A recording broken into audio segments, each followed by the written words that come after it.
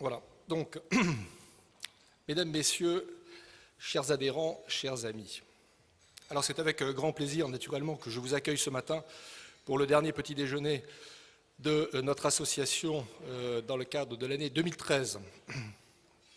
Comme vous le savez, qui a été une année riche en événements, alors j'en ai relevé quelques-uns très brièvement. Bien sûr, intervention militaire au Mali. On a eu droit à l'élection d'un nouveau pape, le mariage pour tous, la Dame de Fer qui donc nous a quittés, la 100e édition du Tour de France, sans oublier la naissance d'un nouveau prince. Quant à l'AFTE, donc 2013 a également été une année riche en événements, puisque vous le savez, nous avons mené de nombreux chantiers. Alors je voudrais vous en citer quelques-uns. Le premier concerne les travaux importants menés sous la houlette du vice-président Hervé Labbé, que je salue tout à fait sympathiquement ce matin. Vous le savez, donc, Hervé a bien voulu prendre la direction des opérations, si je puis m'exprimer de cette manière, au niveau de notre association pour donc développer, favoriser le financement des intermédiaires des ETI. À ce titre, je signale qu'un cadre normatif devrait incessamment sous peu être publié en collaboration avec d'autres associations de la place de Paris. Le deuxième chantier que je voulais mentionner est relatif à la mise en place du nouveau corpus de règles intitulé EMIR. Dans le cadre de la mise en place de la régulation EMIR, relative aux instruments dérivés, la FTE, en effet, s'était énormément impliquée pour développer et mettre en œuvre des standards techniques pertinents.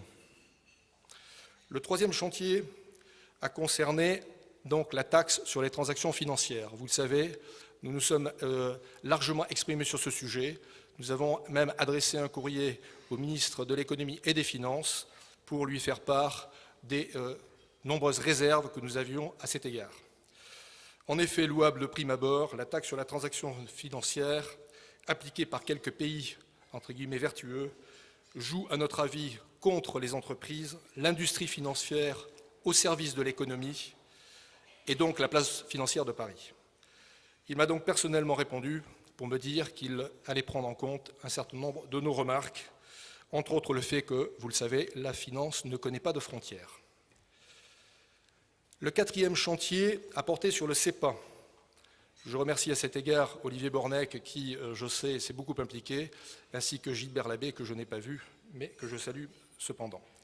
Notre association n'a pas ménagé ses efforts pour promouvoir donc le nouveau protocole de paiement CEPA et faire en sorte que ses membres puissent respecter au mieux les échéances de démarrage. La FTE a également participé très activement à la consultation lancée par Standard & Poor's dans le cadre de la mise en place de sa nouvelle méthodologie concernant donc l'appréciation des risques corporate. Grâce entre autres à nos prises de position, et là également j'en profite pour saluer Daniel Biernet et Patrice Tourlière qui ont fait un travail remarquable, le positionnement, donc nos prises de position concernant le traitement de la liquidité a été largement pris en compte par Standard & Poor's. Il en est donc résulté en Europe que seules des actions positives récemment prises donc par Standard & Poor's ont été annoncées. 22 émetteurs européens, dont 2 Français, se sont vus attribuer une perspective positive, ce qui, entre guillemets, était loin d'être gagné au départ, il faut bien le reconnaître. Last but not least, je ne peux m'empêcher de mentionner le très grand succès des journées AFTE, donc, qui se sont déroulées le 19 et 20 novembre dernier et qui ont rassemblé 2 jours durant au Palais Brognard plus de 1100 participants, experts, trésoriers, banquiers, consultants. Elles ont rencontré un immense succès, dû en particulier à l'intervention du président Pébro, qui a traité devant plus de 500 auditeurs du système financier mondial et européen. Voilà donc en quelques mots les actions phares menées par notre association au cours de l'année 2013 et qui, je crois, illustrent parfaitement le souci de notre association de répondre aux préoccupations de nos membres, tant au plan national que régional. S'agissant des hommes et des femmes qui font la vie de notre association, qu'en est-il ? D'abord, C'est avec énormément de tristesse que nous avons appris la disparition le 10 novembre dernier d'Édouard Salustro, grand bâtisseur. Celui-ci nous a quittés à l'âge de 84 ans et je salue avec une vive sympathie la mémoire d'Édouard qui a toujours été un fidèle soutien de notre association, un ami loyal et plein d'affection. Aussi, l'AFTE s'associe pleinement au monde du chiffre, que son départ laisse orphelin, tant ses compétences étaient unanimement reconnues et ses responsabilités dans le milieu de la profession comptable lourdes et importantes. Le conseil d'administration de notre association va évoluer prochainement. Compte tenu du fait qu'elle exerce désormais son activité professionnelle à l'étranger, Guillemette Colrat, qui est directeur de la trésorerie du groupe Carrefour, a demandé à être déchargé de son mandat d'administrateur. Je rappelle que Guillemette a été pendant 8 ans présidente du centre de formation de la FTE et que c'est largement sous son impulsion que le centre a atteint sa vitesse de croisière qui lui permet aujourd'hui de diffuser plus de 1000 journées de formation par an. Merci donc Guillemette pour ton engagement, ton temps, ton enthousiasme, tes suggestions et tout ce que tu as pu développer pour la FTE. C'est Jean-Baptiste Ponce, directeur des financements et de la trésorerie du groupe Airbus EADS, qui a bien voulu accepter de prendre le relais. Et je l'en remercie naturellement très chaleureusement. Par ailleurs, la région Nord de France, qui compte près de 130 membres, vient de se doter d'un nouveau délégué régional en la personne de Antoine Besançonnet, qui est directeur de la trésorerie du groupe Le Safre. Antoine succède ainsi à Jean-Marc Lemierre, directeur administratif et financier de Oxylane. Naturellement, je remercie Jean-Marc pour les très nombreuses actions et les chantiers qu'il a bien voulu mener sous sa mandature, au bénéfice de tous nos adhérents ch'tis.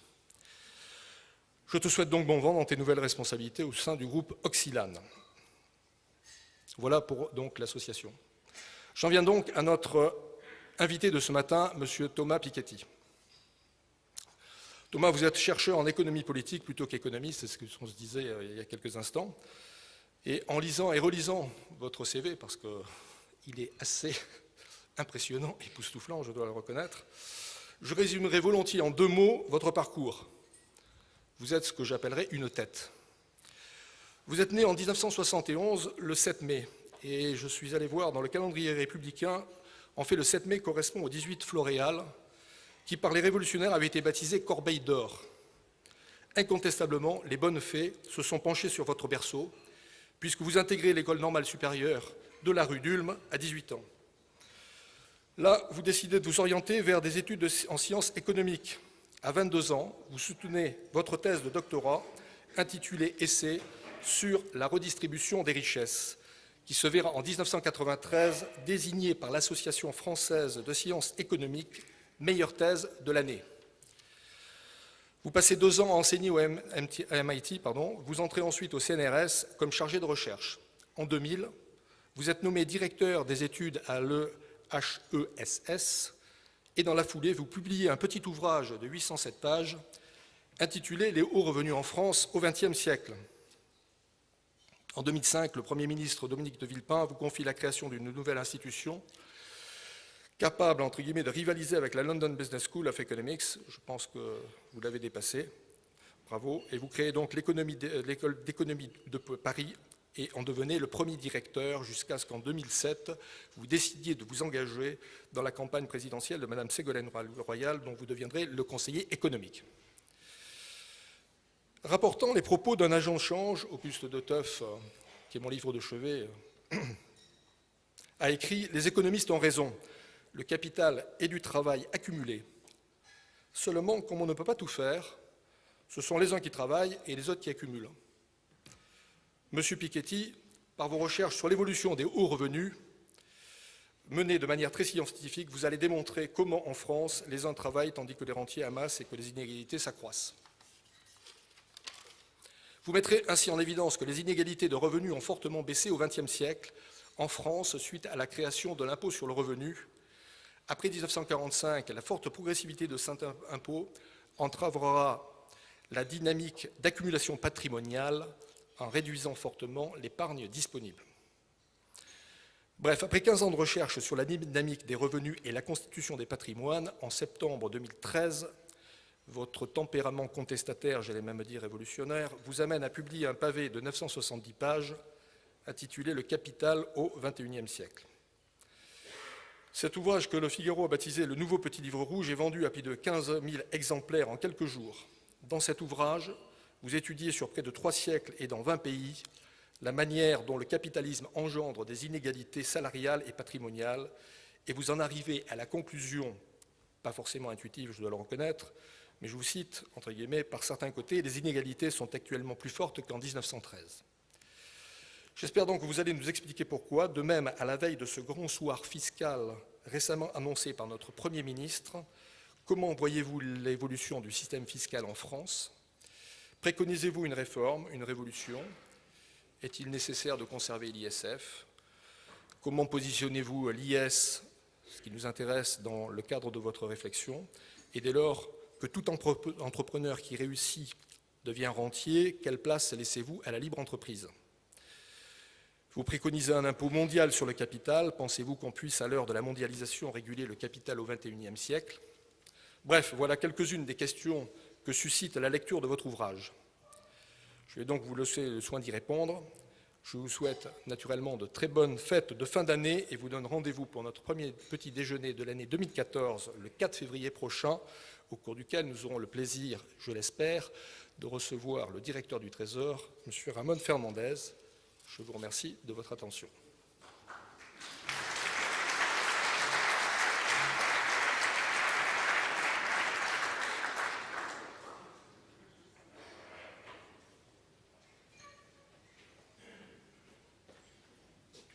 Merci pour cette introduction. Alors jusqu'à un certain point ça allait et puis à un moment j'étais plus vraiment en accord avec ce qui était décrit me concernant, mais le début sur la corbeille d'or était tout à fait parfait sur la donnée naissance. Non, c'est à partir de 2007 là il y a eu un bug, c'est-à-dire que je n'ai jamais été conseiller économique de Ségolène Royal. Je veux dire, j'ai voté comme la moitié des Français environ pour Ségolène Royal plutôt que pour Nicolas Sarkozy. Je l'ai dit publiquement parce que je pense que ça fait partie aussi de la vocation des intellectuels à s'engager dans le débat public et c'est trop facile d'attendre le candidat idéal pour s'engager, d'autant plus que dans le monde réel, les candidats qui existent sont loin d'être idéaux, mais en même temps, il y en a qui sont pires que d'autres. Donc, mais qu'importe, c'est pas le sujet. En tout cas, ce qui est certain, c'est que je n'ai jamais eu cette fonction, jamais, mais vraiment d'aucune sorte. Je n'ai jamais écrit une note, le début de convention d'une ligne, ni pour Ségolène Royal, ni pour François Hollande, ni pour qui que ce soit. J'ai toujours eu qu'un seul métier, qui était d'être universitaire, chercheur, dont je vais vous parler aujourd'hui. Et si j'ai passé la main à la direction de l'École d'économie de Paris à François Bourguignon, c'est tout simplement parce que j'avais passé 3 ans à créer cette structure, donc qui est une fondation de droit privé, mais qui regroupe à la fois des établissements publics, l'École normale supérieure, l'École des hautes études en sciences sociales, le CNRS, l'École des ponts, qui était trop petit en économie, effectivement, pour peser par rapport aux universités internationales. Donc on a mis ensemble dans cette structure. Ça regroupe aussi des fondateurs privés, et si certains sont intéressés, n'hésitez pas, on en a déjà un certain nombre. Et donc j'ai créé cette structure qui a une dotation placée qui n'est pas tout à fait la dotation de 30 milliards de dollars de Harvard, mais qui est assez raisonnable par les standards français. Donc ça, c'était pour l'historique. Et donc en 2007, je suis retourné simplement à ce que je faisais jusqu'en 2005, qui est de la recherche. Donc de la recherche en économie, je suis économiste, simplement les frontières entre la recherche... Bon, d'abord, le métier de chercheur en sciences sociales, en sciences économiques, n'a pas grand-chose à voir avec le métier d'économiste de banque, qui sont deux métiers très utiles, tout à fait légitimes, mais qui sont vraiment de nature assez différente. Moi, mon travail, et je suis content de venir vous en parler aujourd'hui, parce que ça consiste à beaucoup regarder des comptes financiers d'entreprises, des bilans d'entreprises, de personnes, de pays aussi, de pays surtout d'ailleurs, et puis à travailler dans les archives des déclarations de revenus, dans les archives successorales. Donc ma matière, c'est l'argent, le revenu, les salaires, les patrimoines, mais que j'essaye de comprendre dans leur dynamique historique. Et donc en 2001, j'avais écrit ce livre intitulé « Les hauts revenus en France au XXe siècle ». Et aujourd'hui, donc, je vais vous parler de ce livre publié en 2013, il y a 2 mois, Le Capital au XXIe siècle. Donc, entre les deux, il y a 12 ans de recherche impliquant plusieurs dizaines de chercheurs dans le monde et qui ont permis de beaucoup étendre l'étendue à la fois géographique et historique du travail. Donc, juste pour décrire rapidement ce qu'il y a dans ce livre, c'est d'abord une tentative d'écrire une histoire des patrimoines depuis la révolution industrielle, avec pas du tout les conclusions catastrophiques qu'on décrit parfois sur tout va mal, les inégalités augmentent toujours. C'est pas ça. Il y a plein de conclusions très positives. En particulier, on n'a jamais été aussi riche collectivement. On a beaucoup plus de patrimoine, d'actifs que de dettes, en particulier en Europe, en France. Donc il y a plein de bonnes nouvelles. Et je ne sais pas pourquoi il y a des gens qui décident de tout reprendre par le côté négatif des choses. J'ai vu ça parfois dans la presse. C'est dommage parce que moi, mon but, j'ai aucun goût pour les prévisions apocalyptiques. J'ai aucun goût pour l'économie soviétoïde. J'ai eu 18 ans en 1989 et j'ai pleuré en voyant la chute du mur de Berlin, tout ça. J'ai eu aucune tentation collectiviste d'aucune sorte dans ma vie. Il suffit de voir ce que j'écris, mes prises de position. Donc la propriété privée, c'est un élément d'émancipation individuelle et pas seulement d'efficacité économique. Le tout, c'est d'essayer de voir si la dynamique globale de la répartition des richesses et des patrimoines est compatible, c'est-à-dire si les différentes quantités grandissent au même rythme. C'est-à-dire si vous avez des capitalisations immobilières ou pétrolières ou boursières qui progressent 4 fois plus vite que la taille de l'économie mondiale, forcément vous avez un problème au bout de quelques dizaines d'années. Donc il faut juste essayer de comprendre si tout ça naturellement progresse de façon harmonieuse, quelles sont les forces qui font que ça progresse, que peut-on faire éventuellement pour intervenir un petit peu ici ou là. Bon, tout ça est une question qu'il faut regarder de façon très pragmatique. Et c'est d'abord ce que j'essaie de faire dans mes recherches, où pour l'essentiel, je précise d'emblée, pour l'essentiel, ce sont des recherches historiques qui cherchent à établir des faits. Après, chacun est libre d'écrire les conclusions qu'il souhaite. Donc en particulier, dans le livre « Le Capital au XXIe siècle », les 3 premières parties, donc jusqu'à la page 780, je ne sais pas, enfin très très loin dans le livre, il n'est question que de décrire des évolutions historiques, et c'est uniquement dans la dernière partie que je me permets de dresser des perspectives pour la suite en termes de politique optimale, mais le but c'est surtout que chacun écrive sa 4e partie. Moi, ma 4e partie, mes conclusions ne valent pas plus que celles de tout autre citoyen. Mon but, c'est juste de mettre tous ces éléments historiques à la disposition de tous ceux que ces questions intéressent. Donc, quels sont ces matériaux historiques? En quelques mots, je ne suis pas trop rébarbatif avec une description de mes sources, mais en même temps, c'est important parce que tout le monde disserte sur les inégalités, trop justes, trop injustes, etc. Bon, moi, ça ne m'intéresse pas tellement en soi de dire les inégalités sont mal, sont bien, tout ça. Il faut d'abord essayer d'avoir de quelles sources partons et qu'est-ce qu'on peut connaître sur un problème aussi compliqué dans une évolution historique. Donc, la première source que j'avais beaucoup utilisée dans mon livre de 2001 sur les hauts revenus en France, c'était les déclarations de revenus issues de la création de l'impôt sur le revenu. Donc en France, l'impôt sur le revenu est créé par la loi du 15 juillet 1914.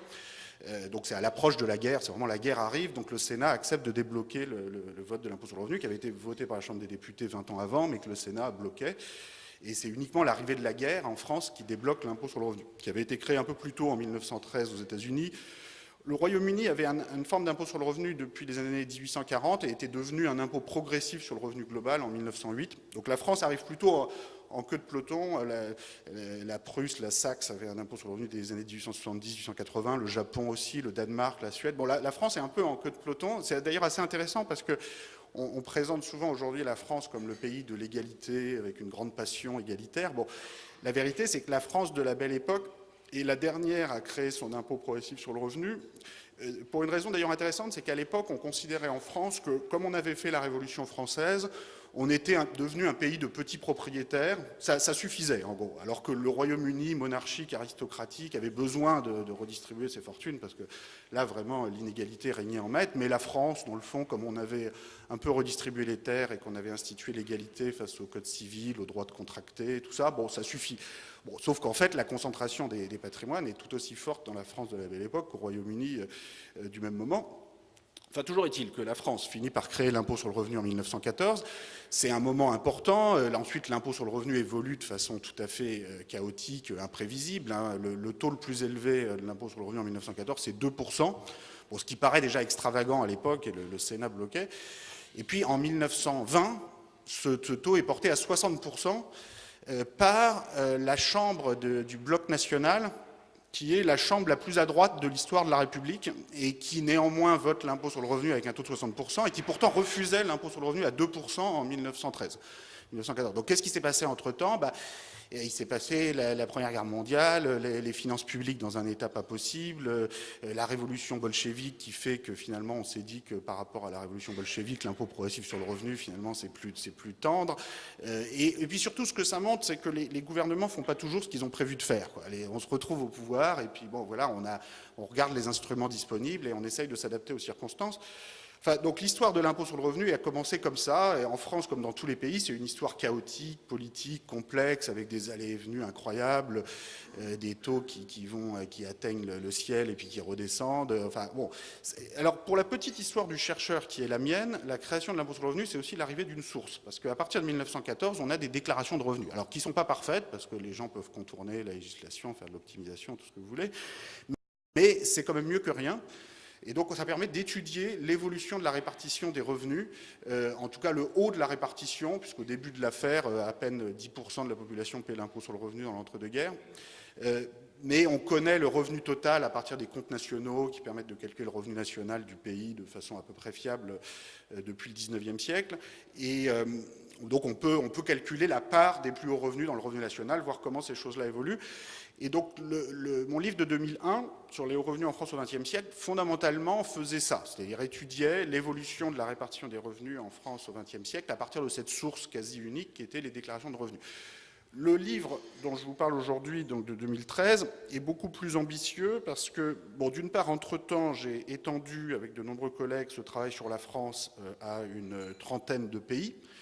Donc, bon, je ne peux pas citer toutes les personnes, mais avec Tony Atkinson, on a fait le cas du Royaume-Uni, avec Emmanuel Saez, le cas des États-Unis, qui n'avait jamais été fait. En fait, cette matière, ça paraît tout bête, hein, c'est un travail très simple d'utiliser ces matériaux. Bon, c'est un peu fastidieux quand même, parce qu'il faut...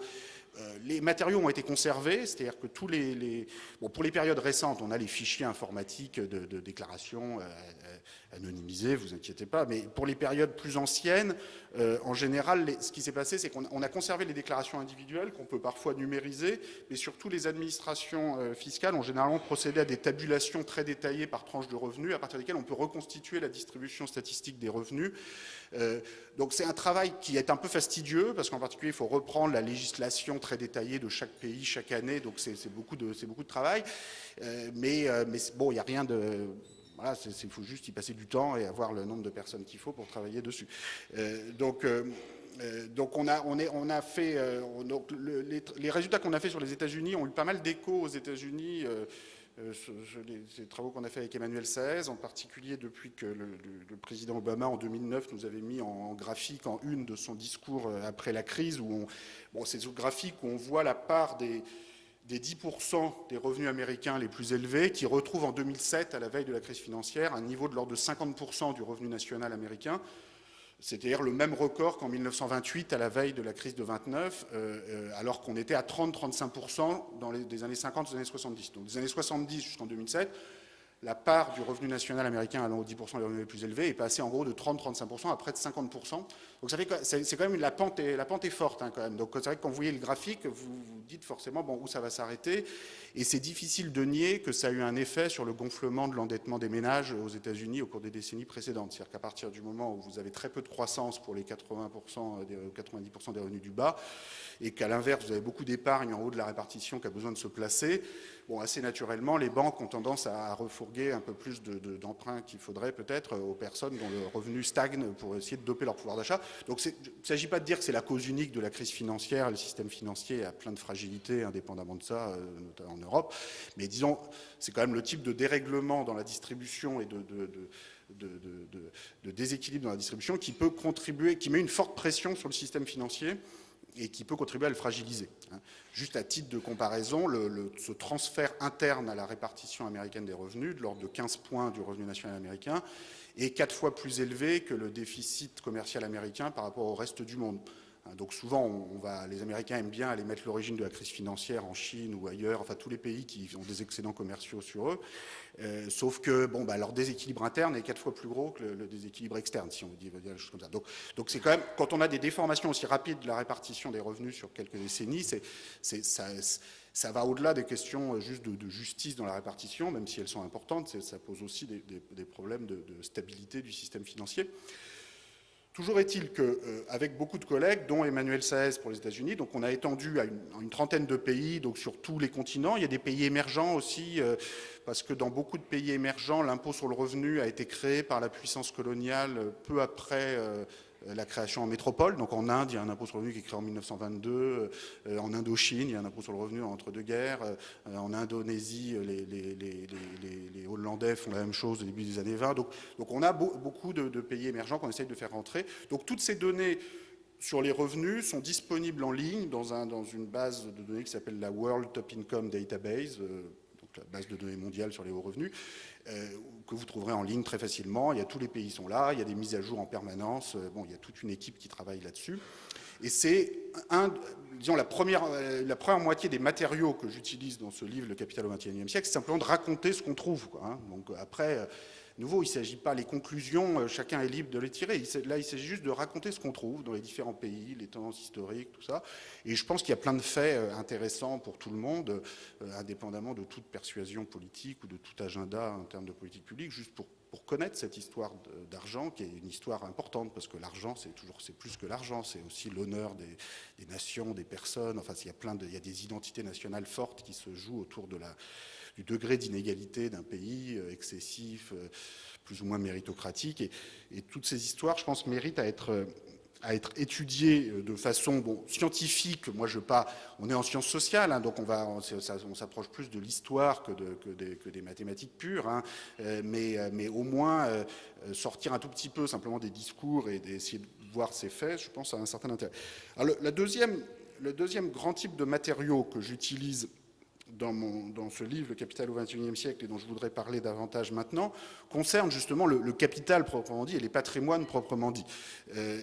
Alors, les patrimoines, bon, évidemment, c'est très relié aux revenus, parce que en partie, les patrimoines sont l'accumulation d'épargne issue du revenu, donc les deux processus sont très liés, mais le patrimoine, c'est quand même un objet plus compliqué que le revenu, parce que, bon, d'abord, il y a une partie du patrimoine qui vient d'héritage et non pas de l'épargne. Alors, ça vient éventuellement de l'épargne de générations précédentes, mais qui peuvent être éventuellement assez lointaines.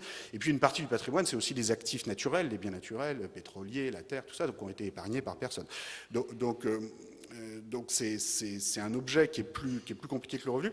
Et puis le patrimoine, ça suscite évidemment des tensions très fortes sur la répartition, parce que la répartition du patrimoine est toujours plus concentrée que la répartition des revenus.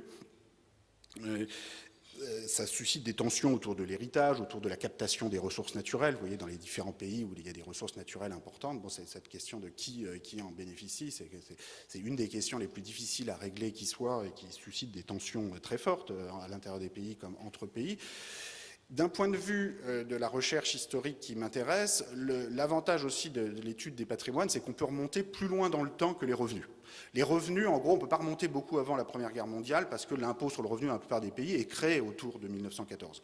Le patrimoine, lui, fait l'objet d'un enregistrement depuis bien plus longtemps que les revenus dans tous les pays, d'abord pour des fins de transmission et de protection du droit de propriété. C'est-à-dire que dans tous les pays, depuis toujours, lorsque vous voulez transmettre une terre agricole, des bâtiments ou même des actifs financiers dans une entreprise, vous avez besoin de l'enregistrer auprès des autorités publiques au moins une fois par génération, ne serait-ce que pour vous assurer que si un manant veut prendre votre bien, vous pourrez appeler la force publique pour venir l'en déloger. Donc c'est une question de survie, l'enregistrement du patrimoine.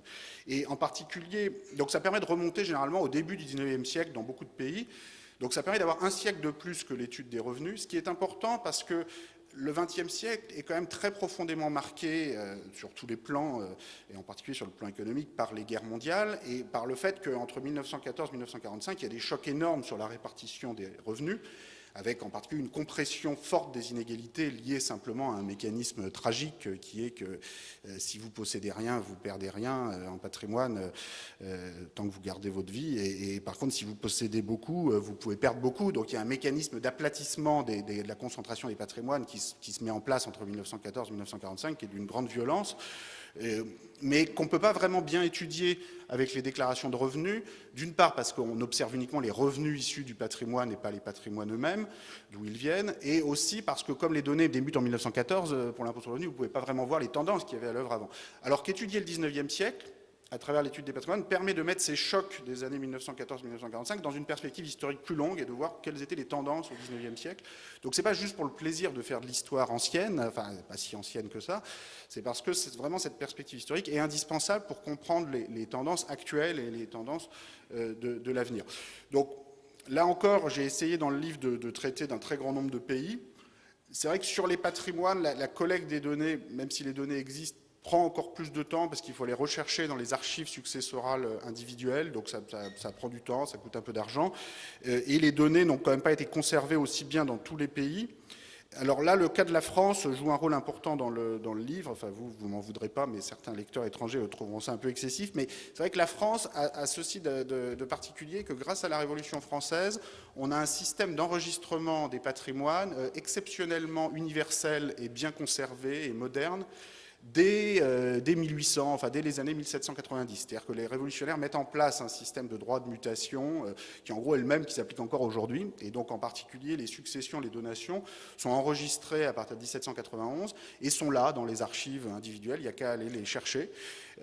C'est très universel pour l'époque parce que ça concerne, bon évidemment à la fois les nobles et les roturiers, mais pour l'époque ça n'était pas rien, et ça concerne tous les biens, qu'il s'agisse de terres agricoles, de biens immobiliers, d'actifs financiers, professionnels, tous les biens, quel que soit leur montant, sont enregistrés. Il y a très peu d'incitation à frauder, au moins jusqu'à la Première Guerre mondiale, parce que les taux sont très bas, donc vous avez 1% ou au maximum 2% en ligne directe, bon ça ne sert pas à grand chose de frauder, c'est quand même mieux d'enregistrer votre droit de propriété. Donc c'est une source d'une très grande qualité et avec des collègues historiens, Gilles Postel-Vinet, Jean-Laurent Rosenthal et beaucoup d'assistants de recherche et beaucoup de moyens parce qu'il faut scanner tout ça, faire des fichiers individuels à partir de tout ça. Tous les fichiers sont en ligne, d'ailleurs tous les matériaux statistiques bruts anonymisés sont disponibles pour tous ceux qui voudraient les réutiliser. On a pu écrire cette histoire des patrimoines en France depuis la Révolution française jusqu'à aujourd'hui. Alors sur la période la plus récente, c'est vrai que les sources fiscales commence à manquer de précision parce que les bases fiscales sont de plus en plus contournées, c'est-à-dire vous avez plus d'optimisation fiscale avec un impôt plus élevé qu'avec un impôt du XIXe siècle, donc ça limite aussi la capacité d'observation et je crois qu'il faut être modeste sur notre capacité à étudier les évolutions les plus récentes. Je reviendrai sur ce point dans un instant. Toujours est-il que de cette histoire des patrimoines, je ne peux pas tout résumer ici sur tous les pays, mais peut-être le point le plus frappant et qui a été beaucoup commenté dans les reprises autour de mon livre, c'est qu'on assiste en ce début de XXIe siècle à un retour, disons à une espèce de repatrimonialisation de la société, c'est-à-dire à un retour d'un niveau de valeur des patrimoines immobiliers financiers qu'on n'avait pas vu depuis la belle époque. Donc très concrètement, juste un chiffre, les Français, les ménages français, mais c'est vrai aussi pour les Européens en général, parce que c'est un phénomène européen et pas français, possèdent actuellement de l'ordre de 6 années de PIB, de production intérieure brute, ou de revenu national, qui est une notion très proche du produit intérieur brut, dont on déduit simplement du produit intérieur brut la dépréciation du capital. On possède à peu près l'équivalent de 6 années de revenus en patrimoine, si on veut, après avoir retiré toutes les dettes, et c'est à peu près la moitié de patrimoine immobilier, la moitié de patrimoine financier. Pour retrouver ce ratio entre la totalité de ce qu'on possède, donc ça veut dire si le revenu moyen est de 30 000 euros par habitant, qui est à peu près le revenu national par habitant, avant tout impôt, le patrimoine moyen est de 180 000 euros par habitant. Bon, évidemment, chacun n'a pas cette moyenne, mais ça donne une idée. Et indépendamment des questions de répartition qu'on peut se poser ensuite, c'est intéressant de regarder la valeur totale de ce qu'on possède dans un pays par rapport à une année de revenus. C'est pas qu'on va réaccumuler en 6 ans ce patrimoine si tout est détruit, parce qu'il faudrait ne rien consommer pendant 6 ans, il faudrait que toute la population active ne fasse que reconstruire des immeubles et des équipements, ce serait absurde, mais on ne va jamais faire ça. Mais ça donne une idée quand même de l'ampleur de ce qui a été accumulé dans le passé. Et le point historique important, c'est qu'il faut revenir à la belle époque, 1900-1910, pour retrouver ce type de ratio, où c'était même encore un peu plus, 7 années de revenus en patrimoine, alors que dans les années 50, on était tombé à peine plus de 2 années de revenus en patrimoine. C'est-à-dire dans les années 50, les Français ou les Européens possédaient à peine plus de 2 années de revenus en patrimoine. On remonte à 3-4 années dans les années 70-80, 5-6 années dans les années 2000-2010. Donc on a un processus très long de reconstitution du patrimoine, dont je voudrais tout de suite dire qu'il a en soi quelque chose de naturel et de positif. hein, parce que j'entends des reprises de mon livre qui disent c'est horrible, c'est le retour du patrimoine. Mais c'est merveilleux d'avoir du patrimoine, du capital. Il faut mieux avoir du capital que des dettes quand même. Donc en soi, le fait d'avoir accumulé énormément de capital, c'est extrêmement positif. Et en particulier, il y a un message positif dans ce livre qui est que à une époque où on parle que de nos dettes publiques et privées, ce qu'on possède en patrimoine immobilier, financier, après avoir déduit toutes ces dettes, n'a jamais été aussi élevé. Donc quand on se met la tête sous le sable en disant oh là là, on va laisser que des dettes à nos enfants, tout ça, bon d'accord, très bien, mais on va laisser aussi, on a plus de patrimoine qu'on n'en a jamais laissé à nos enfants. Et c'est beaucoup plus important cet effet d'enrichissement patrimonial que cet effet de gonflement des dettes. Alors après, ça pose des problèmes de répartition. Ça pose des problèmes de répartition entre acteurs publics et acteurs privés, c'est-à-dire que voilà, les pays riches, et la France en particulier, sont riches, mais par contre leurs États sont pauvres. Et ça, c'est vrai que ça pose un problème d'ajustement budgétaire. Et bon, ce que nous enseigne là encore l'histoire, c'est que réduire des très fortes dettes publiques uniquement par des surplus budgétaires, ça peut marcher, mais ça prend très très longtemps quand même. Hein. C'est-à-dire que historiquement, en général, c'est quand même l'inflation ou l'impôt progressif sur le capital qui n'est jamais que la forme civilisée de l'inflation. C'est-à-dire que c'est la même chose, mais en exonérant les plus bas patrimoines et en graduant l'effort en fonction du niveau de patrimoine. Le problème de l'inflation, c'est que bon, ça permet de détruire une bonne partie de la valeur de la dette publique, et c'est comme ça. Bon, en France, 45, 46, 47, 48, 49, 5 années de suite, l'inflation est supérieure à 50% par an.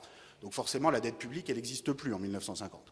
Bon, c'est merveilleux, sauf que l'épargne bancaire des gens qui avaient un peu d'épargne bancaire, elle n'existe pas non plus.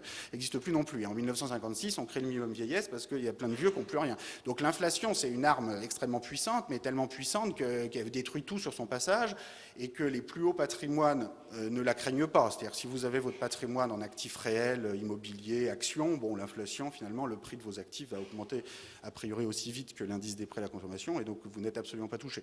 Donc l'impact distributif de l'inflation peut être assez douteux, et c'est plutôt l'impôt sur le capital du pauvre. Donc bon, moi je préfère plutôt l'impôt sur le capital progressif, pas spoliateur, mais qui si possible ne tape pas plus le pauvre que le moyen ou le riche. Donc enfin, qu'on ait l'inflation qui est la forme sauvage ou l'impôt sur le capital qui est la forme civilisée. En 1945, en France, on a utilisé les deux d'ailleurs. Hein. En France, en 1945, il y a eu aussi un impôt progressif sur le capital, assez violent, puisque ça montait jusqu'à 100% sur ceux dont le patrimoine avait augmenté entre 1940 et 1945. Mais bon, c'était l'impôt de solidarité nationale institué en août 1945. Bon, c'est un contexte particulier.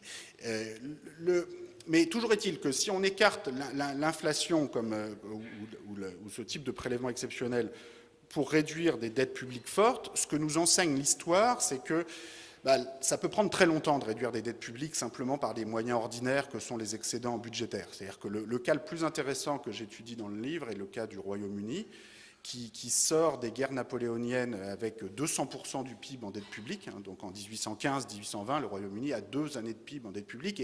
Et c'est pour de vrai. Hein, c'est pas, même si on est un peu incertain sur le PIB à 10% près, on sait faire la différence entre 2 années de PIB ou 1 année de PIB en dette publique. Et la dette publique est très bien enregistrée parce qu'il y a des marchés sur la dette publique à l'époque.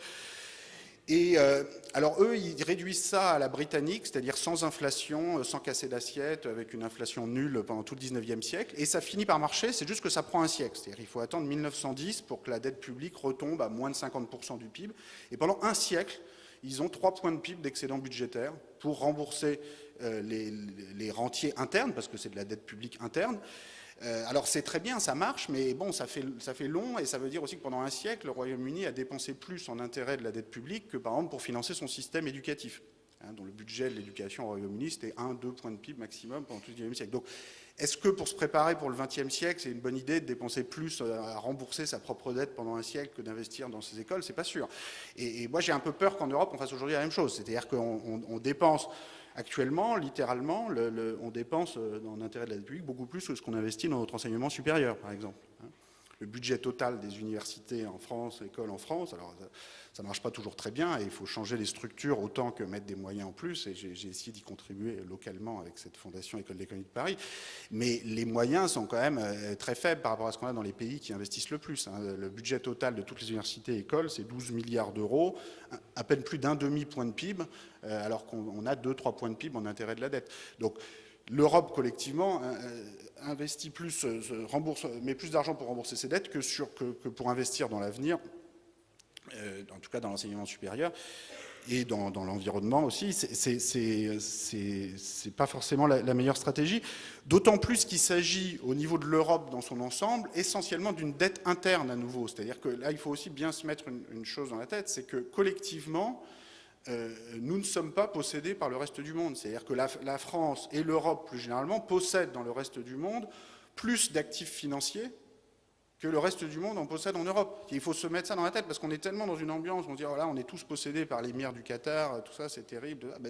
Non, c'est certains clubs de foot, oui, mais notre capital national dans notre ensemble n'est pas possédé par l'étranger. Alors, je pense que ce qui fausse les perceptions, c'est qu'on a un degré d'interpénétration dans les actifs et passifs entre pays qui n'a jamais été vu historiquement. C'est vrai qu'une très grosse partie de notre dette, de notre grande société, va être détenue, par exemple, par des banques allemandes, italiennes, etc. Mais nous-mêmes, à travers nos dépôts dans les banques françaises, on détient une très grosse partie de la dette allemande, italienne et de leur société. Donc en fait, c'est le taux d'interpénétration entre pays, et notamment entre pays européens, qui est inouï. Mais si on agrège tout ça au niveau européen, pour l'essentiel, on se possède nous-mêmes, ou plus précisément, ce qu'on possède en dehors de la zone euro est supérieur à ce que les acteurs en dehors de la zone euro possèdent chez nous. Donc ça encore, c'est plutôt une bonne nouvelle, dans le sens que voilà, il faut mieux avoir du capital et des actifs que simplement des dettes, mais ça pose des questions d'organisation collective.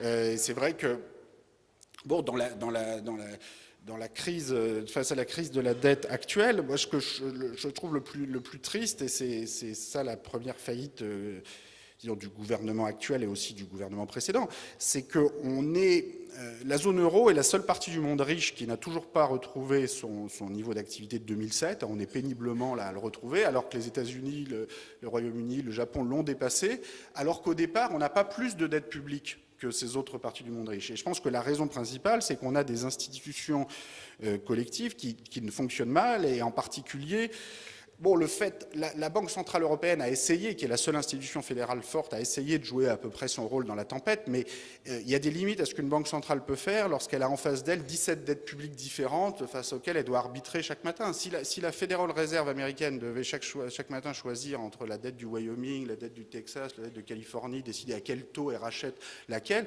il se mettrait sur la figure aussi sûrement que nous, tous les 6 mois, avec des sommets de la dernière chance où on explique au milieu de la nuit qu'on a sauvé le continent, sauf qu'on se rend compte le lendemain que les chefs d'État eux-mêmes ne savent pas ce qu'ils ont décidé pendant la nuit précédente. Donc on a cette gouvernance totalement invraisemblable de l'Europe, qui ressemble plus à une Europe, un congrès de chefs d'État du congrès de Vienne de 1815, qu'à une gouvernance démocratique où voilà, il y a des votes au grand jour avec des coalitions qui devrait se faire plus sur une base de partis politiques, de députés UMP avec des députés CDU, PS, SPD. Bon, moi, je ne serais pas forcément toujours d'accord avec les décisions qui sont prises sur le niveau du déficit budgétaire commun, le niveau de l'impôt sur les sociétés commun, parce que tous ces outils fiscaux, certains en tout cas de ces outils fiscaux ne peuvent plus, clairement, n'ont plus beaucoup de sens. Enfin, avoir 17 impôts sur les sociétés différents en zone euro, ou 27 ou 28 dans l'Union européenne, c'est la meilleure façon de donner beaucoup de travail aux conseillers fiscaux de toutes sortes, mais finalement, dans un certain nombre de cas, des entreprises peuvent se retrouver à n'en payer nulle part, ou en tout cas à ne pas payer ce qu'elles devraient, et inversement d'autres à en payer beaucoup plus que ce qu'elles devraient, suivant les capacités des uns et des autres, à se faufiler dans les méandres des différences d'assiettes, des 17 impôts sur les sociétés, des différences de règles, de prix de transfert, etc. Enfin, je vais passer les détails que vous connaissez beaucoup mieux que moi, mais qui permettent, qui font que la souveraineté nationale est une illusion, pas sur tous les impôts, mais sur certains impôts, comme l'impôt sur les bénéfices des sociétés, et dans une certaine mesure sur les impôts sur le patrimoine, sans plus forte coopération fiscale au niveau européen. Je pense qu'il y a un risque disons, une tentation de repli sur l'espace national qui risque de devenir de plus en plus forte, et que je trouve extrêmement inquiétante, alors même que les fondamentaux économiques de la France et de l'Europe sont plutôt très bons. À nouveau, comparé aux autres parties du monde riche, on a plutôt un peu moins de dette publique, enfin on en a quand même beaucoup, mais on n'a pas plus en tout cas, on a plutôt un peu moins. Et on possède en actifs ce ratio que je décrivais tout à l'heure par rapport de patrimoine par rapport au revenu. On le retrouve à peu près au Japon, on ne le retrouve pas aux États-Unis, qui épargnent moins que nous, et donc qui sont dans une situation patrimoniale qui est plutôt moins favorable que l'Europe et le Japon, mais qui ont des institutions fédérales qui ne fonctionnent pas toujours très très bien aussi, qui ont du mal parfois à voter le budget fédéral, mais qui sont quand même moins violemment dysfonctionnelles que nos institutions européennes. Le dernier point que je voudrais évoquer, parce que je voudrais pas être trop long et je serais vraiment très content de pouvoir répondre à des questions, c'est sur cette question de l'impôt progressif sur le capital et de la tendance à l'inégalité croissante des patrimoines. Alors, d'abord, la première chose à dire, c'est que on peut toujours trouver certains aspects des inégalités qui peuvent être plus fortes aujourd'hui qu'au XIXe siècle, mais globalement, les inégalités de patrimoine aujourd'hui sont beaucoup moins fortes qu'au XIXe siècle. C'est-à-dire qu'on a aujourd'hui une classe moyenne patrimoniale qu'il n'y avait pas en 1913. Donc concrètement, en 1913, si on prend dans le cas de la France, les 10% des patrimoines les plus élevés détiennent la quasi-totalité de ce qu'il y a à détenir, 90% du patrimoine total. Aujourd'hui, les 10% des patrimoines les plus élevés vont détenir 60% du patrimoine total. Bon, ce qui est déjà beaucoup pour 10% de la population, mais ce qui veut dire qu'il y a eu un transfert de l'ordre de 30% du patrimoine national qui maintenant est détenu en gros par ce qu'on peut appeler une classe moyenne patrimoniale, que je définis dans le livre comme les 40% de la population qui sont au milieu entre les 50% les plus pauvres et qui ne possèdent pas grand-chose, ni aujourd'hui ni hier, et les 10% les plus riches, dont la part dans le total a diminué. Donc aujourd'hui, on a quand même 40% du milieu qui possèdent entre 20 et 30% du patrimoine national. Donc, bon, évidemment, c'est le verre à moitié vide ou le verre à moitié plein. C'est-à-dire, on peut dire, bon, quand même, ça reste très inégalitaire, parce que c'est vrai que 40% de la population de classe moyenne détient 2 fois moins que les 10% les plus riches, donc on peut dire que c'est quand même pas une égalisation formidable, mais en même temps, c'est une transformation, c'est quand même une démocratisation du patrimoine, un accès amélioré au patrimoine qui est considérable. Ça veut dire que vous avez 40% de la population qui typiquement va posséder autour du patrimoine moyen du pays 100 000, 200 000, 300 000 euros. Avec ça, vous n'êtes pas très très riche, mais vous êtes loin d'être complètement pauvre et vous n'aimez pas être traité comme quelqu'un de pauvre politiquement parce que quand même vous possédez quelque chose et c'est quand même un progrès social démocratique considérable. Alors la question c'est est-ce que les choses peuvent aller plus loin dans le sens où on a un accès au patrimoine, y compris pour les 50% de la population qui ne possèdent quasiment rien, et quelles sont les réformes qui peuvent aller dans ce sens-là. Moi je pense par exemple que la taxe foncière devrait être, ça c'est quelque chose qu'on peut faire en France tout seul comme des grands, sans grand accord au niveau des Nations Unies ou de l'Union Européenne. La taxe foncière devrait être plus basse pour les personnes qui sont en voie d'accession à la propriété, c'est-à-dire que si vous possédez une maison de 300 000 euros, mais que vous avez un emprunt de 290 000 euros, en fait, votre patrimoine net, c'est 10 000 euros, c'est rien du tout. Et pourtant, vous vous retrouvez à rembourser en intérêt d'emprunt autant qu'un locataire qui paye son loyer chaque mois. Donc en toute logique, et or, la taxe foncière va être aussi élevée que quelqu'un qui n'a plus aucun emprunt et qui a reçu la maison à 300 000 euros. Bon, c'est pas normal. Moi, je plaiderais beaucoup plus pour un impôt sur le patrimoine net, comme l'impôt sur la fortune, pour le coup, qui a au moins cet aspect moderne d'utiliser les valeurs de marché pour les patrimoines immobiliers au lieu des valeurs cadastrales de la taxe foncière qui créent des iniquités entre communes invraisemblables. Et l'ISF a aussi le mérite de favoriser la déduction des emprunts. Donc voilà, si vous avez 1 million d'euros à Paris, mais que vous avez 950 000 euros de prêt, évidemment, vous ne possédez rien en vérité. Donc vous n'allez évidemment pas payer l'impôt sur la fortune. Et par contre, vous pouvez payer la taxe foncière éventuellement plein pot, autant que quelqu'un qui n'a aucune dette. Donc je pense que rapprocher la taxe foncière de l'impôt sur la fortune et avoir quelque chose à rendement global constant, il ne s'agit pas de plus imposer le patrimoine en général. La taxe foncière, c'est 20 milliards d'euros. L'impôt sur la fortune, c'est 4 ou 4,5, je ne sais plus. Enfin bon, la taxe foncière, c'est beaucoup plus. Vous mettez les deux ensemble, à rendement global constant, aller vers quelque chose qui allège la pression sur ceux qui essayent de rentrer dans le jeu, justement, qui essayent d'acquérir un patrimoine, mais qui, au départ, ont surtout des dettes. Et forcément, en mettre un peu plus sur ceux qui n'ont plus de dettes ou qui sont multipropriétaires, je pense que c'est quelque chose qu'on peut tout à fait faire, qui en plus calmerait le jeu sur les prix immobiliers, sur le haut de la répartition des prix. Ça va faire partie des éléments qui permettent un accès au patrimoine. Parce que moi, dans le fond, c'est ça mon objectif. C'est certainement pas de collectiviser tout ça. Enfin, ça n'a aucun sens. À quoi ça sert que l'État possède les boulangeries, les maisons, les appartements? Enfin, qu'est-ce qu'il va en faire? C'est absurde. Enfin, ça m'est jamais venu à l'idée. Donc, le but, c'est de trouver des institutions dans le respect de la propriété privée, de l'économie de marché, qui permettent à chacun d'accéder au patrimoine et d'avoir une répartition plus juste. Alors, attends, sur le haut de la répartition, que se passe-t-il actuellement? La vérité, c'est qu'on ne sait pas très bien. parce que les sources fiscales nationales sont mauvaises, c'est-à-dire que les données successorales ou même les données d'impôt sur la fortune ne reflètent pas forcément la réalité des patrimoines en haut de la répartition. Donc les gens se retrouvent souvent de nos jours à acheter les magazines Forbes ou Challenge ou autres pour savoir ce qui se passe sur la répartition des patrimoines, en tout cas sur le sommet. Alors c'est quand même un peu navrant comme situation parce que ces magazines n'ont pas toujours des méthodes très précises d'investigation, c'est le moins qu'on puisse dire quand on essaie de savoir exactement comment ils procèdent. Et en plus, il y a une focalisation sur le très très haut, bon, qui est excessive, parce que dans le fond, au-delà d'1 milliard d'euros, de dollars, on s'en fout un petit peu. Enfin, il y a tellement peu de personnes que finalement, ce qui compte, c'est pas, enfin, le monde réel, c'est pas d'un côté les classes moyennes, de l'autre Bill Gates. Enfin, ce qui compte, c'est tout ce qu'il y a entre les deux, et le continuum, la répartition complète qu'il y a entre les deux. Et ça, les magazines sont bien incapables de nous le donner. En même temps, moi, dans le livre, il y a un chapitre où j'utilise un peu ces classements de fortune, notamment de Forbes au niveau mondial, parce que je crois que bon, souvent les chercheurs méprisent un peu ces sources journalistiques, ces classements journalistiques, en disant qu'il n'y a aucune méthode rigoureuse, il n'y a aucune source. Bon, c'est vrai que les sources c'est pas toujours très clair comment ils vous sortent ça. Mais au moins, c'est des sources qui existent et les chercheurs n'ont qu'à faire mieux. C'est aussi l'incapacité des instituts statistiques officiels de l'INSEE, d'Eurostat, de FMI à produire des statistiques correctes sur les patrimoines qui fait que, voilà, il y a une demande sociale d'information sur ces questions qui est légitime, auxquelles les journalistes tentent de répondre du mieux qu'ils peuvent. Et, bon, et on observe quand même actuellement, si vous voulez, une incapacité des instituts internationaux. Par exemple, bon, le FMI, au moment de la crise bancaire chypriote il y a 6 mois, je ne sais pas si vous vous souvenez, expliquer à tout le monde, c'est horrible, ce sont des oligarques russes qui ont mis tout leur argent dans les banques chypriotes, on ne va quand même pas utiliser l'argent du contribuable européen pour renflouer tout ça. Et c'était sans doute en partie vrai. Sauf que quand on demandait aux experts du FMI, bon mais alors vous avez un peu des statistiques là sur vos oligarques russes, là combien de personnes, est-ce que c'est des gens qui possèdent 1 million d'euros d'actifs, 10 millions, 100 millions, 1 milliard, ils n'avaient aucune idée, c'est-à-dire qu'ils n'avaient aucune donnée. Littéralement.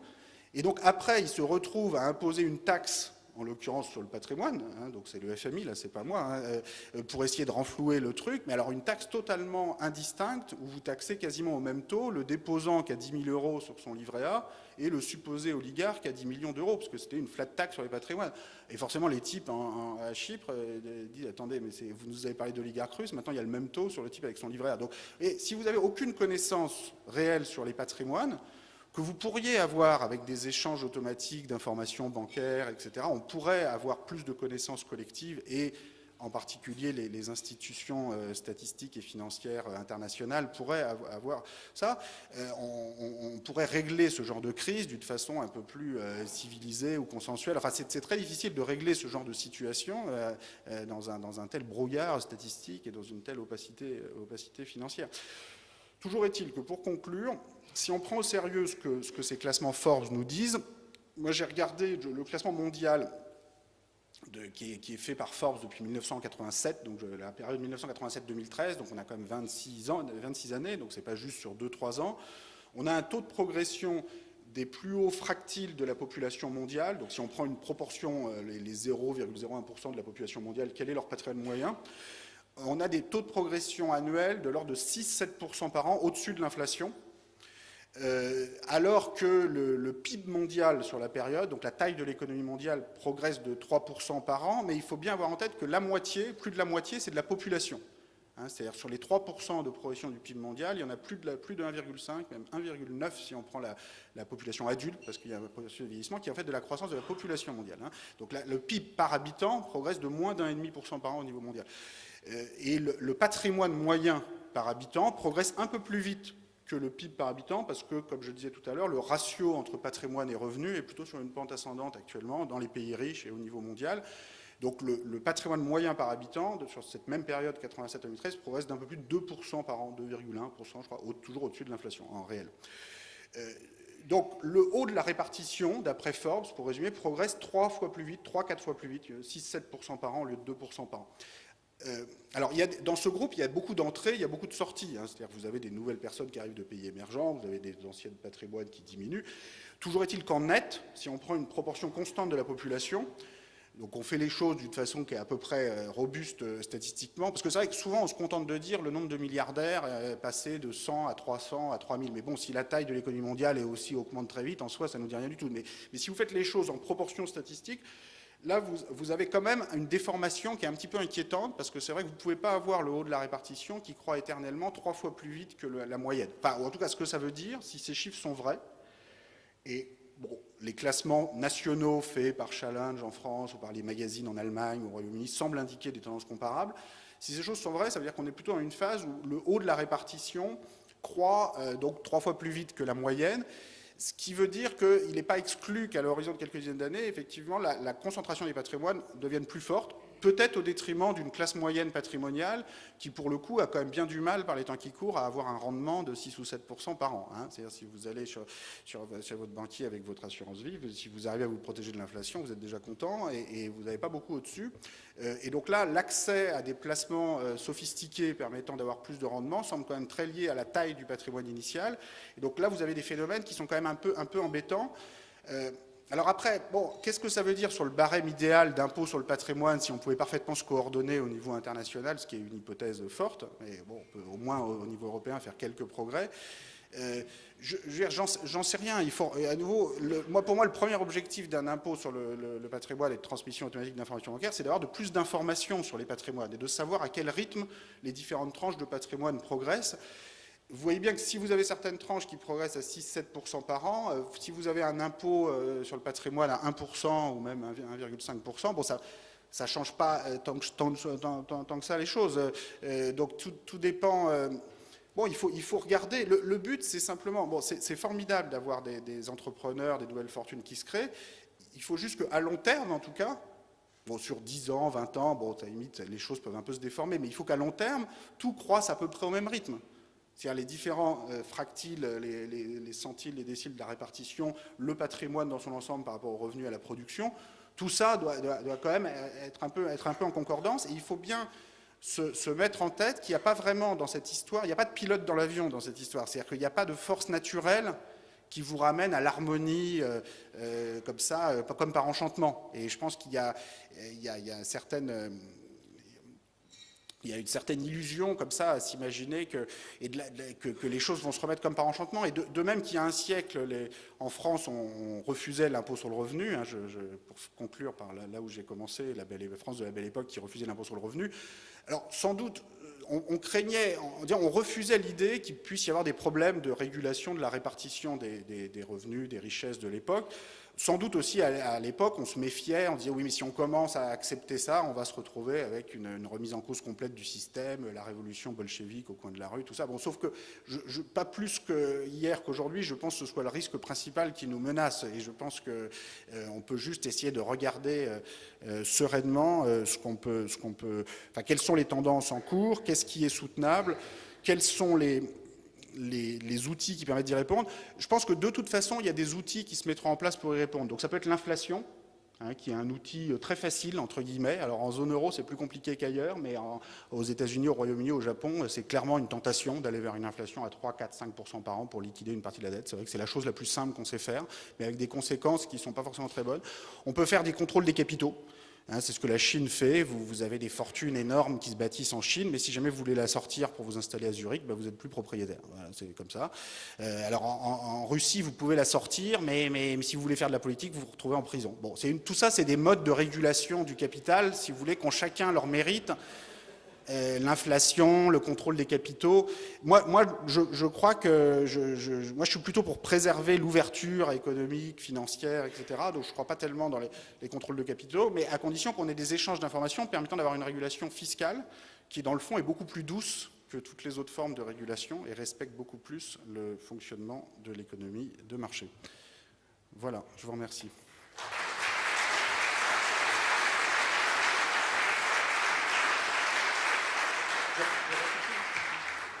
Merci beaucoup, Monsieur Piketty, pour cet exposé très riche et passionnant, et je pense qu'il va susciter des questions dans notre auditoire.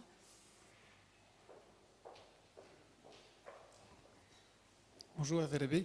J'aurais deux petites questions. La première, c'est est-ce qu'il y a un écart type de la distribution de la richesse qui, à un moment donné, peut poser des problèmes pour la démocratie? Et la deuxième question, c'est que je crois avoir lu, mais peut-être que c'est comme pour votre soutien à Ségolène Royal, c'est peut-être faux, que vous ne croyiez pas trop dans la courbe de l'affaire, Pourtant, ce qui se passe un petit peu en ce moment avec l'augmentation du travail au noir semble indiquer qu'il y a quand même quelque chose. Est-ce que vous pourriez nous en parler un petit peu? Oui, tout à fait. Attends, et la première question, c'était Est-ce qu'il y a un écart type oui, de à ne pas richesse? dépasser. Oui. Bon, il n'y a pas de formule mathématique. Hein. Moi, je pense que la classe moyenne patrimoniale est un élément essentiel de la stabilité de notre équilibre démocratique, etc. Je ne pense pas qu'un retour au type de concentration des patrimoines qu'on avait à la belle époque est compatible avec nos valeurs démocratiques modernes. Bon, maintenant, il n'y a pas un seuil mathématique où le monde s'effondre. Et moi, ce que je crains surtout, c'est que les choses se fassent petit à petit et qu'on se réveille un jour avec un niveau d'inégalité et de difficulté pour tous ceux qui veulent accéder au patrimoine, qui n'y arrivent pas et qui lisent dans les journaux des enrichissements totalement indécents, que tout ça suscite des réactions politiques très fortes de fermeture sur l'espace national. Je crois que pour moi, c'est ça le risque principal. Donc, ce n'est pas forcément la démocratie qui s'effondre, mais par contre, un risque de fermeture sur l'espace national, qui dans le fond serait une illusion, parce qu'en soi, le protectionnisme ou la fermeture sur l'espace national, c'est pas ça qui va nous faire retourner aux 30 glorieuses à des taux de croissance de 5% par an. Au contraire, ça va plutôt coûter en pouvoir d'achat. Mais la tentation est forte de vouloir regagner un peu de souveraineté sur les patrimoines en particulier. Donc je pense que la chose la plus facile à faire, c'est limiter les achats d'étrangers sur le marché immobilier, sur les entreprises.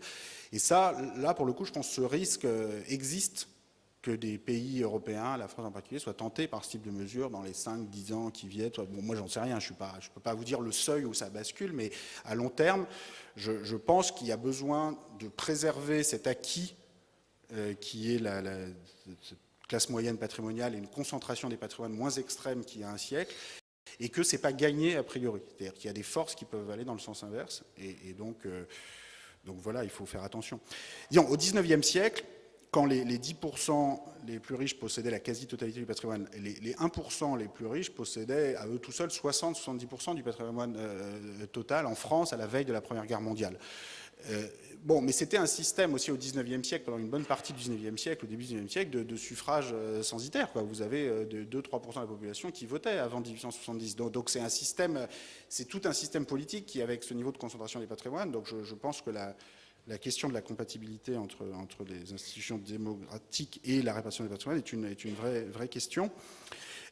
La courbe de l'affaire... non mais écoutez, évidemment que la courbe de l'affaire elle est vraie, donc si vous taxez à 100%, vous risquez d'avoir assez peu d'activité économique et donc zéro recette fiscale. Donc si la courbe de l'affaire dit simplement il y a un moment de taux d'imposition où les recettes diminuent tellement l'activité économique est étouffée, c'est une évidence. Enfin, il y a vraiment personne ne peut nier ça. Après la question intéressante c'est à quel niveau ça se passe, pour quel impôt, parce que bon il y a plein d'impôts différents, donc il faut quand même rentrer un peu plus dans les détails pour qu'il y ait des choses intéressantes à dire sur cette question de de l'affaire. À un niveau général, c'est forcément vrai. Bon, après, à ce niveau de généralité, on ne peut pas beaucoup avancer. Donc, très concrètement, dans le cas de la France actuellement, je pense qu'on a deux problèmes. C'est que d'abord, on a trop augmenté les impôts ces 2-3 dernières années. D'ailleurs, aussi bien la dernière année du mandat Sarkozy que les premiers 18 mois du mandat Hollande, on a beaucoup trop augmenté les impôts. C'est-à-dire que le delta de recettes fiscales sur 3 ans en France est totalement excessif. Et ça vient d'une stratégie budgétaire en France et dans la zone euro qui n'est tout simplement pas bonne. C'est-à-dire qu'on a cru qu'on pouvait rétablir la crédibilité budgétaire de la zone euro en faisant comme ça de l'austérité budgétaire et fiscale à marche forcée, en réduisant les déficits très rapidement. En vérité, on se retrouve aujourd'hui à être toujours pas vraiment sorti de la récession et donc à avoir un résultat sur le déficit et la dette qui est pas du tout satisfaisant, puisque sans cesse on repousse les dates où on va y arriver. Et moi, je suis très inquiet de cette trajectoire. Et je pense que la seule chose qui pourrait vraiment rétablir la crédibilité et la confiance dans la zone euro, c'est une détermination claire à aller vers l'union politique et budgétaire de la zone euro. C'est-à-dire tant que vous aurez des pays qui disent on va avoir une monnaie unique à 17, mais par contre on ne touche pas à 17 dettes publiques différentes, on ne touche pas à 17 impôts différents, il y aura toujours des opérateurs sur les marchés qui diront c'est quoi cette blague, il y a forcément un pays qui va sortir à un moment, spéculons sur celui qui va sortir. Donc, moi, je veux dire, tant qu'on n'aura pas une détermination claire, ça ne tient pas la route, une monnaie unique avec 17 dettes publiques différentes. Enfin, à nouveau, imaginez les États-Unis d'Amérique avec la Federal Reserve gérant 50 dettes publiques différentes du Wyoming, de la Californie. C'est impossible pour une autorité monétaire de faire correctement son travail, en particulier dans une période de récession, où il est indispensable pour calmer le jeu sur les taux d'intérêt de la dette publique, de racheter les quantités qu'il faut. Alors, jusqu'à un certain point, il y a des débats sur les quantités de dette publique rachetées par la Banque d'Angleterre, la Banque centrale américaine, la Banque du Japon, mais il y a quand même un rôle des autorités monétaires dans des situations comme ça, financières compliquées, qui est indispensable et que la Banque centrale européenne ne pourra jamais jouer tant qu'elle aura en face d'elle 17 dettes publiques différentes. Donc nous, on fait comme si, en France, on est du bon côté de la barrière avec l'Allemagne. On a des taux d'intérêt à 0%, 1%, donc dans le fond, on se dit, bon, tout ça, voilà, ça va passer, c'est un peu difficile comme situation, mais on serre les fesses et ça va finir par, on va s'en sortir. Sauf que au sud de l'Europe, vous avez des pays qui croulent sous des intérêts, des taux d'intérêt, des intérêts de la dette énormes et absolument imprévisibles. C'est-à-dire c'est très difficile, quand vous ne savez pas à 1 ou 2 ans ou 3 ans plus tard si vous allez avoir un taux d'intérêt de 6% ou de 2%, vous voyez, sur une masse de dette publique de 100% du PIB, les masses que ça déplace dans votre budget sont absolument considérables. Et donc après, essayer de développer un consensus national sur les dépenses à réduire, les impôts à réformer, quand vous avez une telle incertitude au-dessus de votre tête sur la charge d'intérêt de la dette, c'est extrêmement difficile. Donc, tant qu'on aura ces institutions communes, je pense que la défiance recommencera en zone euro. Et là, moi, je suis très triste que, d'ailleurs, ni Sarkozy ni Hollande n'aient fait de propositions crédibles vis-à-vis de l'Allemagne en particulier, permettant d'aller vers l'union politique et l'union de la dette. Parce que la France fait semblant de dire, en particulier sous Hollande, fait semblant de dire nous on est pour la mutualisation des dettes publiques. Sauf qu'à aucun moment on indique la gouvernance politique commune qui permet ensuite de choisir le déficit commun. Parce que et donc c'est très facile après pour les Allemands d'envoyer promener les Français en disant mais attendez, vous n'avez pas de proposition. Le président de la Bundesbank passe son temps à répondre à Hollande, écoutez, très bien, vous voulez avoir une carte de crédit commun, mais continuez que chacun fait ses courses séparément, bon ça va pas votre histoire. Donc à partir du moment où vous voulez mutualiser les dettes, vous devez forcément, vous pouvez pas ensuite choisir chacun dans votre coin le niveau de votre déficit. C'est pas possible. Donc forcément, il y a un seul déficit, ce qui ne veut pas dire qu'on unifie tous les budgets, tous les impôts, toutes les dépenses, mais le niveau du solde budgétaire, lui, doit être commun. Bon, après, vous pouvez avoir aussi un système comme il y a aux États-Unis de dette au niveau des États, mais là qui pour le coup ne sera pas garanti, et donc vous ne montrez jamais beaucoup. Les États américains, ils ont des dettes, sauf exception, qui sont très faibles par rapport à la dette fédérale, parce que comme ce n'est pas garanti à un niveau fédéral, bon, on ne va pas très loin. Donc, en tout cas, sur la partie fédérale, je pense que tant qu'on n'aura pas fait le saut avec un vote par un espèce de parlement budgétaire de la zone euro, qui ne peut pas être le Parlement de l'Europe à 27, parce qu'il y a plein de pays dans l'Europe à 27 qui n'ont pas du tout envie d'avancer vers là. Donc la difficulté, c'est qu'on est obligé de concevoir des institutions propres à la zone euro dans l'urgence, et c'est vrai qu'on a du mal à faire notre deuil de cette Europe à 27, et je pense que c'est ça le cœur du problème actuellement. Et je pense vraiment, genre, tout ça nous mène loin de la courbe de l'affaire, mais en même temps, si on parle de la situation fiscale aujourd'hui en France, je pense qu'il faut quand même partir de cette première erreur qui est qu'on a trop augmenté les impôts ces 2-3 dernières années en France. Donc je ne suis pas sûr que ce soit vraiment la courbe de l'affaire au sens de l'offre de travail qui est plus faible, mais c'est plus dans une récession, si vous asphyxiez l'économie par des hausses d'impôts trop fortes, vous rajoutez de la récession à la récession, ça peut être pour des raisons beaucoup plus keynésiennes entre guillemets que laffériennes, bon mais qu'importe les modèles théoriques dans cette histoire, le fait est qu'on voit bien que ça ne marche pas, c'est-à-dire que la purge fiscale qui a été faite ces 3 dernières années n'a absolument pas marché en termes de cible de déficit.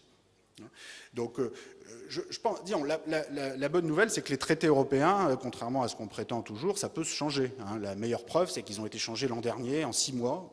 La négociation a commencé en novembre 2011. En juin 2012, il y avait à peine un nouveau président français a été élu. Hop, le truc était plié, ratifié, etc. Alors, le seul problème, c'est que ce n'était pas un bon changement de traité. C'est-à-dire, c'est un changement de traité qui n'a rien réglé des problèmes parce que cette espèce de sanction automatique entre la Commission, les budgets nationaux, avec Olli Rehn qui explique à la France que la réforme des retraites n'est pas assez bonne, etc. Bon, lui-même n'a jamais fait de réforme des retraites nulle part et de toute façon n'a pas de capacité ni démocratique ni technique à imposer telle ou telle réforme en France. Bon, ce fonctionnement d'une Europe très technocratique ne marche pas. Donc moi, je pense, je préférais qu'on aille beaucoup plus clairement vers une union politique au niveau de la zone euro où on vote souverainement le déficit.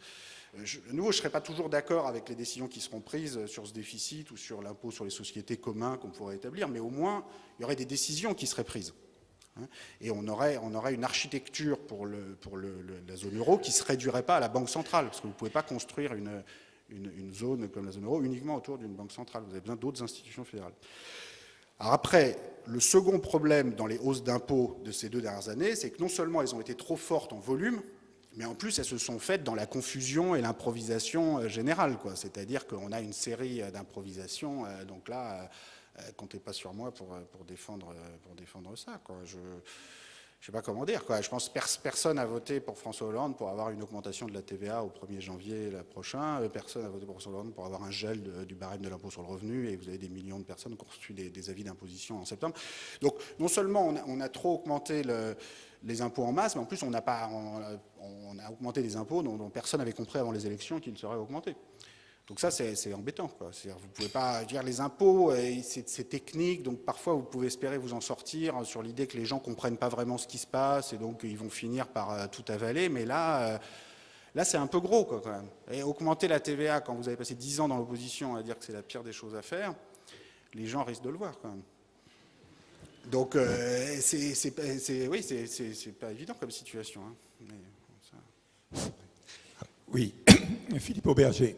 Vous avez beaucoup insisté, et à juste titre, sur le fait que les inégalités de patrimoine ont augmenté, notamment pour les couches les plus favorisées. Mais ce qu'il faut bien voir, c'est que quand on regarde le revenu et le décile où les revenus sont les plus élevés, lui, l'ensemble du décile, il a suivi en masse de revenus à peu près le revenu moyen. Il n'a pas augmenté beaucoup. Mais c'est au sein de ce décile que les choses ont beaucoup varié parce que, évidemment, ceux qui sont tout en haut avec les revenus les plus élevés, donc le 1% de gens les plus favorisés, eux, leur revenu a beaucoup augmenté et en plus, et surtout, je dirais, ils ont une faculté évidemment d'épargner beaucoup plus forte que les autres. Donc, de créer un impôt progressif important sur le patrimoine ne réglerait pas le problème parce qu'en fait, l'assiette concernerait finalement assez peu de personnes et donc ne serait pas véritablement très rentable.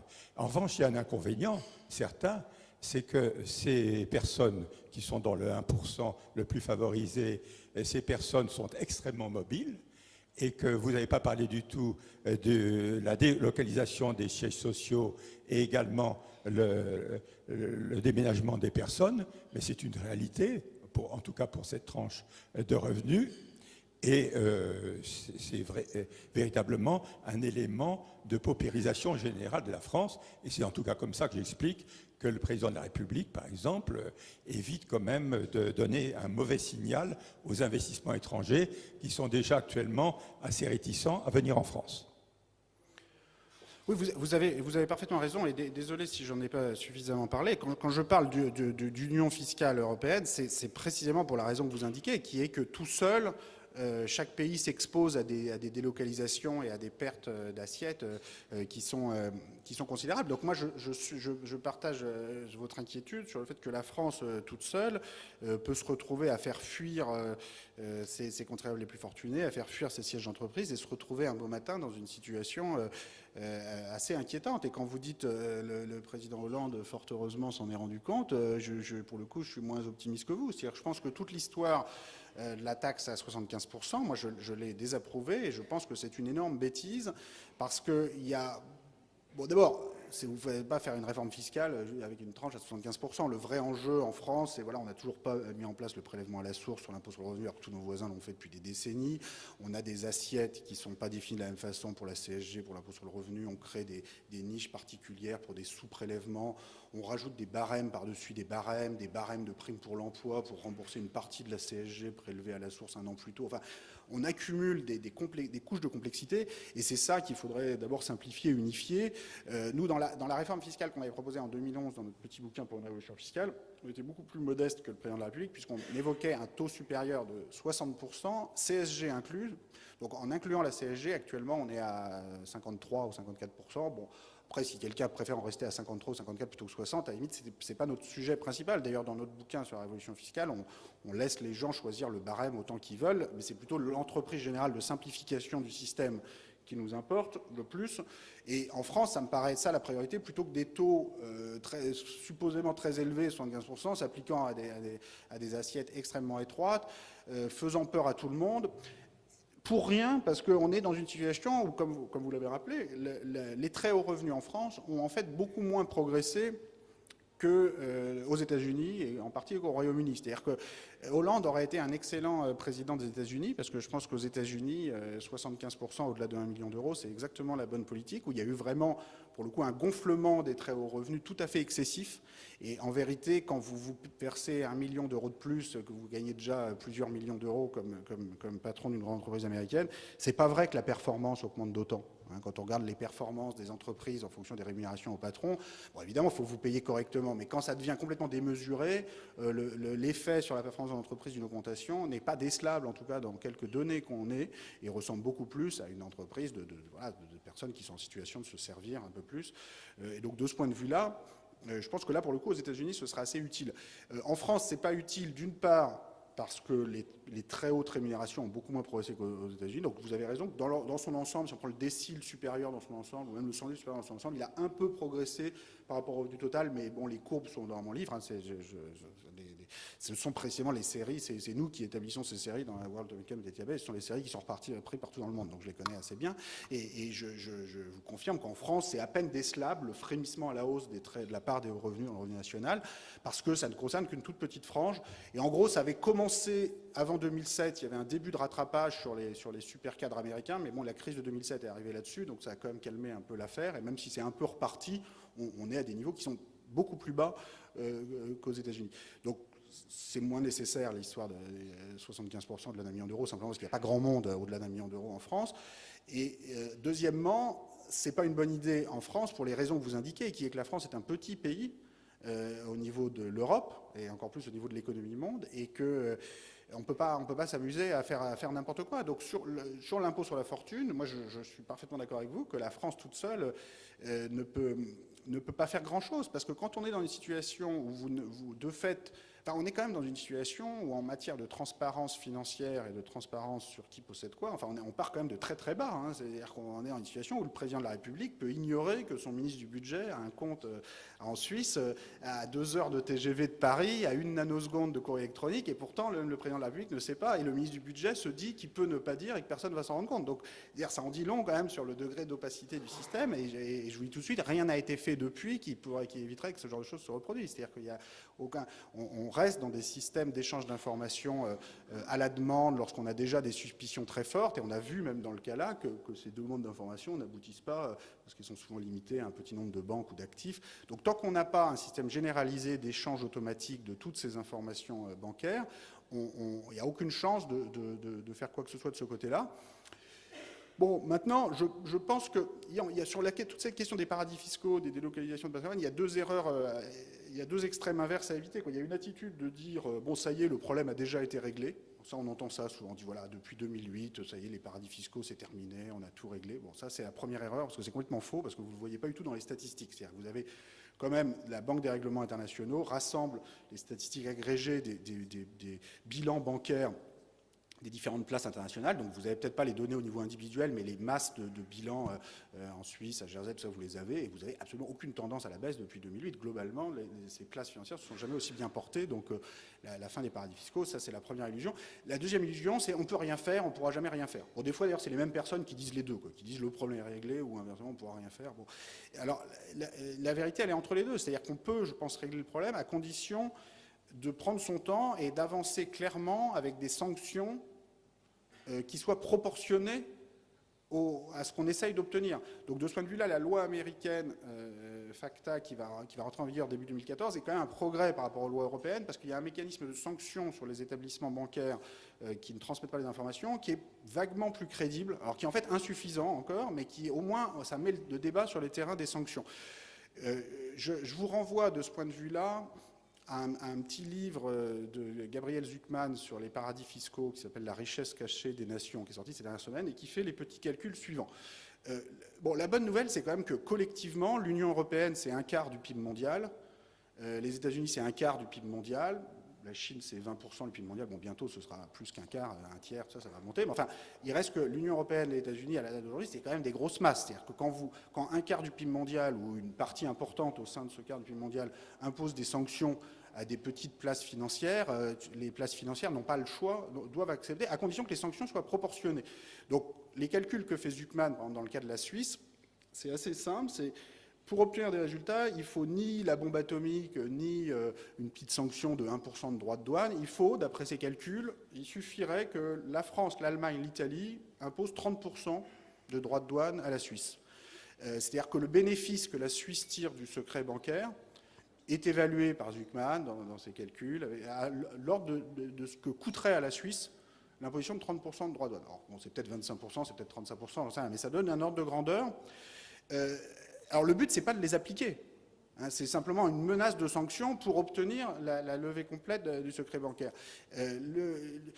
Alors après, on peut aussi choisir de ne pas le faire. On peut aussi choisir de demander poliment, s'il vous plaît, levez votre secret bancaire et tout ça. Mais juste à partir du moment où les bénéfices que le pays en tire sont de l'ordre de ce que coûterait 30% de droits de douane, pourquoi voulez-vous qu'ils vous l'accordent si vous n'avez pas la menace de sanction ?